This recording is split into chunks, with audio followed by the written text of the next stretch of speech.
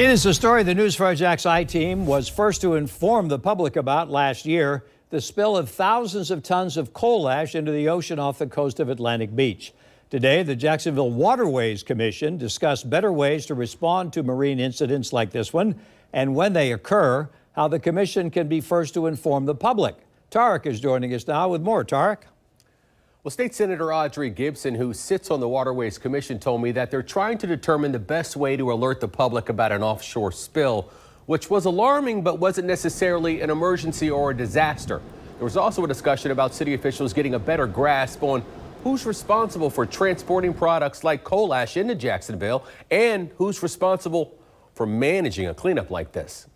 According to internal emails obtained by the News4 Jax team last March, 9,300 tons of coal ash spilled out of this barge and into the Atlantic Ocean. This after the barge that was traveling from Puerto Rico to Jacksonville ran aground near the mouth of the St. Johns River. There is a public address system that the Coast Guard uses as notice to mariners that goes out, but that only goes to mariners. So if you're a ship operator and you have a radio and it's on, you'll get a notice if some incidents occurred. It doesn't go out to the general public. Yeah, that's I think what we're trying to do is make sure we get the general public to know what's happening here. Jacksport board member Ed Fleming offered his insight into the incident after working in the maritime industry for more than 30 years. He and Senator Audrey Gibson discussed how the public should be notified about offshore spills, even if the contents, like coal ash, aren't considered hazardous waste by the EPA. We have multiple means of communication in this city, right? And individuals have multiple ways to receive this communication. So it doesn't have to be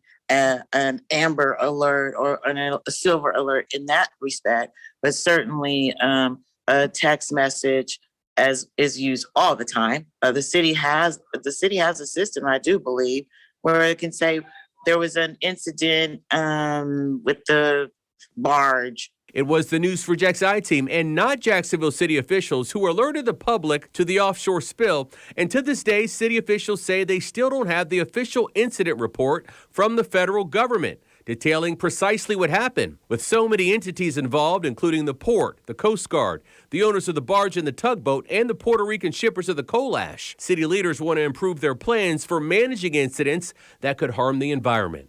I wanted to suggest, first of all, that we create a chart so we know who is actually on first and how many people need to be engaged in order for the public to get the information and to satisfy the fact that city officials and state officials are aware of things being taken care of.